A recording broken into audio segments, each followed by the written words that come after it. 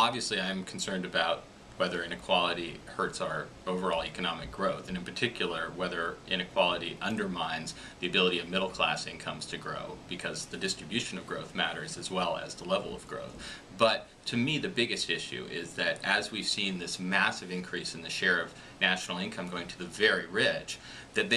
those at the top, have also been able to use those resources and the influence that comes with them to shape policy in ways that benefit them. And this goes back a while. I mean, if you look at the string of tax cuts for the very richest that we've seen since 2001, these have massively enriched the very top. And in fact, it goes back even before that, to the 1980s. So we've already begun to see a sort of self-reinforcing cycle where those at the top push for policies through lobbying, through campaign donations, through their own personal influence, because if you're a billionaire,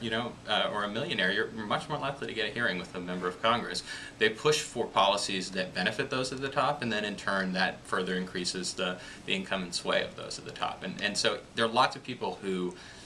are not deeply concerned about economic inequality. They don't begrudge the wealth of someone at the top, who are very concerned about political equality, about the idea that every person should have equal potential to influence what government does. Do you have some examples of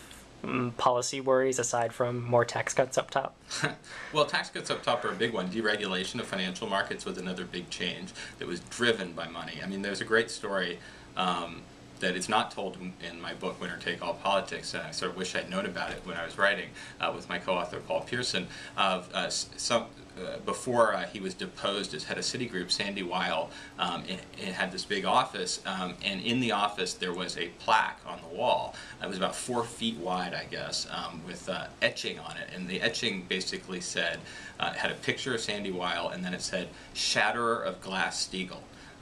because Sandy Weil was not some kind of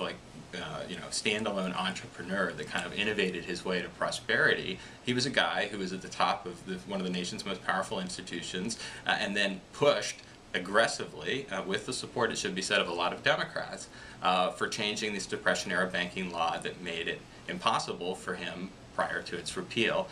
to mix investment banking and old boring banking and turn basically the Citigroup into a hedge fund that then crashed along with so many other financial institutions a few years later. And so, I mean, to me, the point is that those at the top,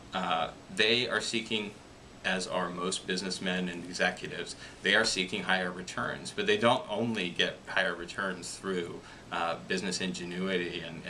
savvy competition in the market, but also through reshaping public policy.